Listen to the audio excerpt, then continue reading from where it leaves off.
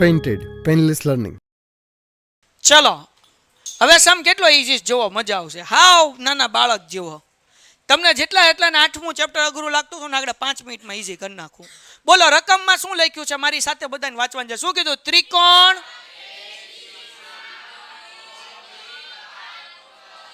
બસ ત્રિકોણ ABC માં ખૂણો B કાટખૂણો છે. તમે કોલ કરેલી બધી લાઈન વ્યસ્ત છે. હાલો તો હવે અહીંયા આપણે દોરી નાખીએ એક સરસ મજાનો તરિકોણ. શું દોરીએ છીએ આપણે? તરિકોણ. તરિકોણમાં કાટખૂણો B કીધો એટલે અહીંયા આપણે કમ્પલસરી B રાખવો પડે. પછી આ બે વૈદ્યમાં ગમે ત્યાં A ઠપકારો ને ગમે ત્યાં C ઠપકારો, કાંઈ વાંધો છે નહીં. તો ભાઈ આપણે A ઉપર લખીએ છીએ અને C નીચે લખીએ છીએ. ડન છે ને? ઓકે. ત્રિકોણ ABC માં B કાટકોણ છે. કરી નાખ્યું. આગળ વાંચીએ પછી શું કીધું? AB બરાબર 24 સેમી. હાલો 24 લખી નાખ્યા ભાઈ. આગળ BC બરાબર 7 સેમી હોય તો નીચેના ગુણોત્તરનું મૂલ્ય શોધો. શોધીએ પણ પેલા ત્રીજી બાજુ ગોતવી પડશે. વેઇટ સ્કીપ નહીં કરતા. તમારા ફાયદાની વાત છે. ધોરણ 10 ની અંદર આવ્યા છો, બોર્ડની પરીક્ષા આપવાની છે, જોરદાર રિઝલ્ટ લાવવું છે તો પેન્ટેડ એપ્લિકેશન ડાઉનલોડ કરો અને ચેમ્પિયન બેચ લોન્ચ થઈ ગઈ છે. ચેમ્પિયન વિદ્યાર્થી સાથે ભળી જાઓ. આ લાઈવ લેક્ચરની અંદર ગણિત, વિજ્ઞાન, સમાજ, ઇંગ્લિશ, ગુજરાતી બધુંય ભણાવીએ છીએ. અનમ્યુટ કરીને ઘરેથી બોલીને ડાઉટ પૂછી શકો અમારા લાઈવ લેક્ચરમાં. અને તમારે ટ્રાય કરવી છે, ખાલી 300 રૂપિયા આપીને મહિનો દિવસ ટ્રાય કરો ને પછી મજા આવે તો આગળ જોડાવો. તમે એમ કહો સાહેબ તમારું રિઝલ્ટ આ છે, મારી પાછળ રિઝલ્ટના ફોટા જોઈ લો અમારા ટોપર્સ, અને તમે ચેમ્પિયન બનવા માંગતા હો ચેમ્પિયન બેચ સાથે જોડાઓ. Good bye. તો કયા દાદાના મદદથી ગોતશું?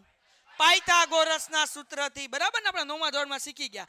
પાયથા દાદાએ શું કીધું હતું ભાઈ? કર્ણની લંબાઈનો વર્ગ. કર્ણની લંબાઈ કોણ છે? AC. તો સાનિયા પહેલા કરવાનું AC નો સ્ક્વેર, પેલા ત્રાસી લાઈન, પછી લેવાની ઊભી લાઈન ને પછી આડી લાઈન. બોલો પાયથાગોરસનું સૂત્ર હું યાદ રાખવાનું? ત્રાસી ઊભી આડી. બોલો મારી સાથે. શું? હજી એકવાર. હું ત્રાસી લાઈન કઈ છે ભાઈ? AC નો વર્ગ બરાબર ઊભી લાઈન AB નો સ્ક્વેર વત્તા. હવે આવું ત્રાસી ઊભી આડી કેમ યાદ રખાયું? કારણ કે ABC જરૂરી નથી, PQR હોય, XYZ હોય, ગમે હોય, આપણને સૂત્ર આવડવું જોવે. પાયથા દાદાએ ઊંઘમાંથી ઊભા થઈને એમ કીધું ત્રાસી લાઈનનો વર્ગ બરાબર ઊભી લાઈનનો વર્ગ વત્તા આડી લાઈનનો વર્ગ. સમજવા માટે આવું કોઈ શીખવાડવાનું નહીં. અને કોઈ શીખવાડો તો મારું નામ દેવાનું નહીં. હાલો બરાબર. તો શું યાદ રાખવાનું ભાઈ? ત્રાસી. નામ ગમે હોય એની હારે આપણે કાંઈ લેવા દેવા નથી. હાલો AC સ્ક્વેર. AC તો આપણી આગળ છે નહીં. AB કેટલા છે? ન બોલે એની માના હમ 24 નો વર્ગ વત્તા BC. હા બોલવાન છે મોઢેથી. 24 નો વર્ગ.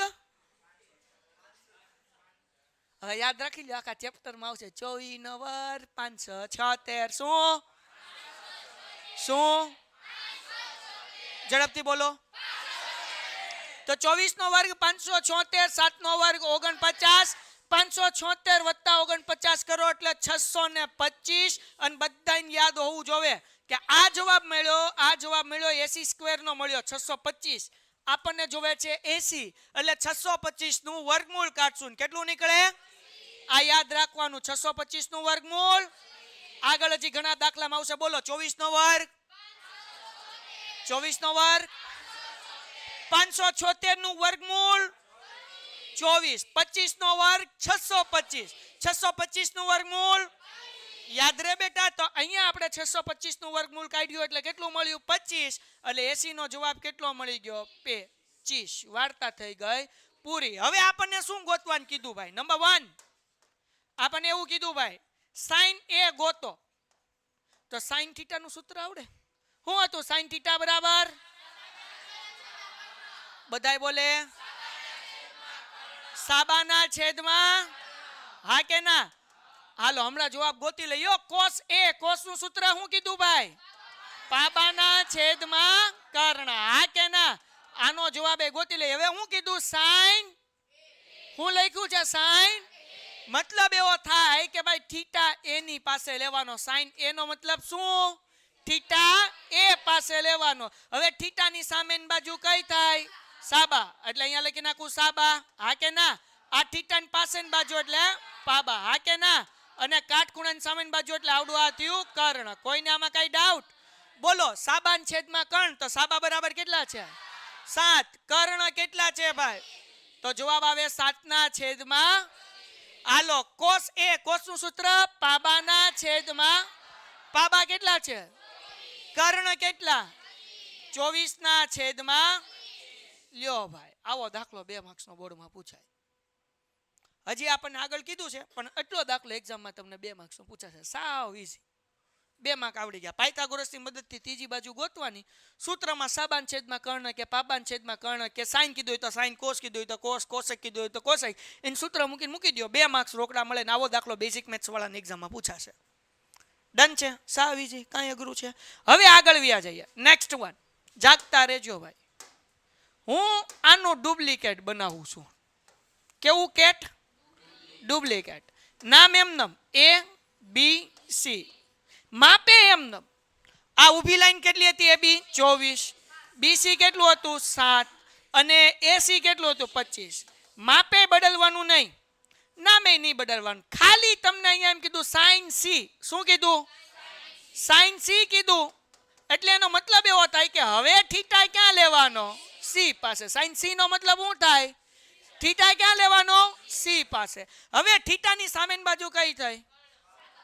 સાબા. થીટાની સામેની બાજુ સાબા નહીં બોલવાનું, ના બાજુનું નામ બોલવાનું. થીટાની સામેની બાજુ કઈ છે? AB. તો AB પાસે આપણે શું લખીએ? સા. આવડી આ થીટાની પાસેની બાજુ થઈ. શું નામ છે? BC. એટલે અહીંયા લખી નાખું પા. હા કે ના?